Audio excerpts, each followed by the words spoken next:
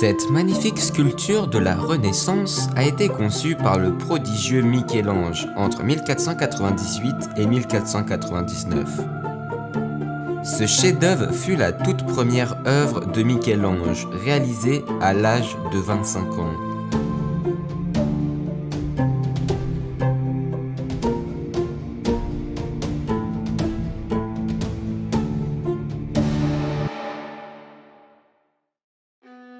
Michel-Ange est l'un des plus célèbres artistes humanistes de la Renaissance.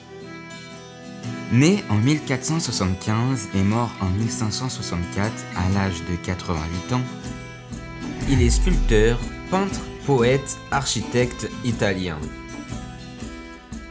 Il a laissé derrière lui des trésors culturels immenses, comme la sculpture du David et de Moïse, ou encore ses fresques dont la création d'Adam ou le jugement dernier. Michel-Ange est un humaniste, car étant passionné des œuvres de l'Antiquité, il essaye de s'en inspirer afin de réaliser ses travaux.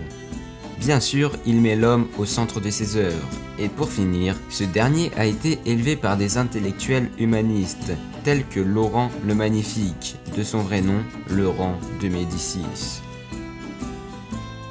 Aujourd'hui, ce chef-d'œuvre se situe à l'endroit le plus influent et important du catholicisme, à la basilique Saint-Pierre, au Vatican.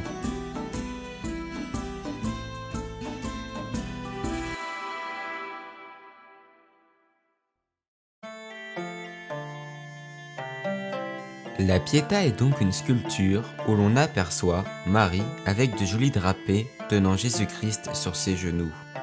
Ce dernier vient d'être décroché de la croix, il est inanimé. Nous pouvons notamment distinguer les trous de celle-ci aux mains et aux pieds de Jésus. L'œuvre représente la future mise en tombeau de Jésus, sa résurrection ainsi que son ascension. C'est-à-dire le passage physique de la mort à la vie de Jésus, à Pâques jusqu'au 4e jour où son ascension fait qu'il n'est plus visible, mais demeure présent dans les sacrements. En réalisant cette sculpture mettant évidemment le catholicisme en avant, le prodige Michel-Ange utilisa du marbre de Carrare.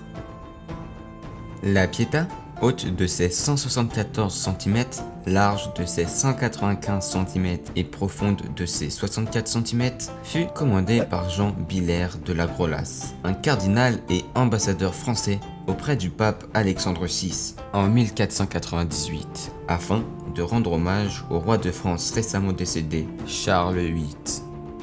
Cette commande se fait par l'intermédiaire du mécène et protecteur de Michel-Ange, nommé Jacopo Galli. La Pietà, première sculpture de Michel-Ange, marqua le début de sa grande carrière. Ainsi, Michelangelo est devenu une des figures incontournables de la Renaissance italienne. Mais revenons quelques années en arrière, le 21 mai 1972, jour de Pentecôte. L'œuvre qu'est la Pietà que vous avez pu observer tout au long de cette vidéo n'est pas réellement l'original. En effet, en cette journée, un géographe australien pour le moins déséquilibré du nom de Laszlo Toth vandalise la sculpture en détruisant le bras de la Vierge Marie ainsi qu'en donnant un coup de marteau dans l'un de ses yeux et fracture son nez. À la suite de cet événement, la statue est rapidement restaurée par les experts italiens qui démontrent toute leur modernité et technicité en redonnant à la Pietà son souffle d'origine. Par un extraordinaire travail, 10 experts en restauration ont réussi en 6 mois le miracle de rendre à la Pietà son intégrité. Disposant d'un moulage du groupe fait il y a une trentaine d'années, les experts ont employé les matériaux les plus modernes, résine polyester et marbre synthétique.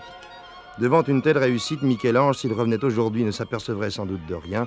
C'est le plus beau compliment que l'on puisse faire aux experts italiens. Donc voilà, c'est la fin de cette vidéo sur la Pietà de Michel-Ange. Alors j'espère que cette histoire vous a plu. D'ailleurs, faites-le moi savoir en commentaire. Et n'hésitez pas à vous abonner à ma chaîne YouTube matisse.mp4. Enfin, sachez que toutes les sources sont dans la description.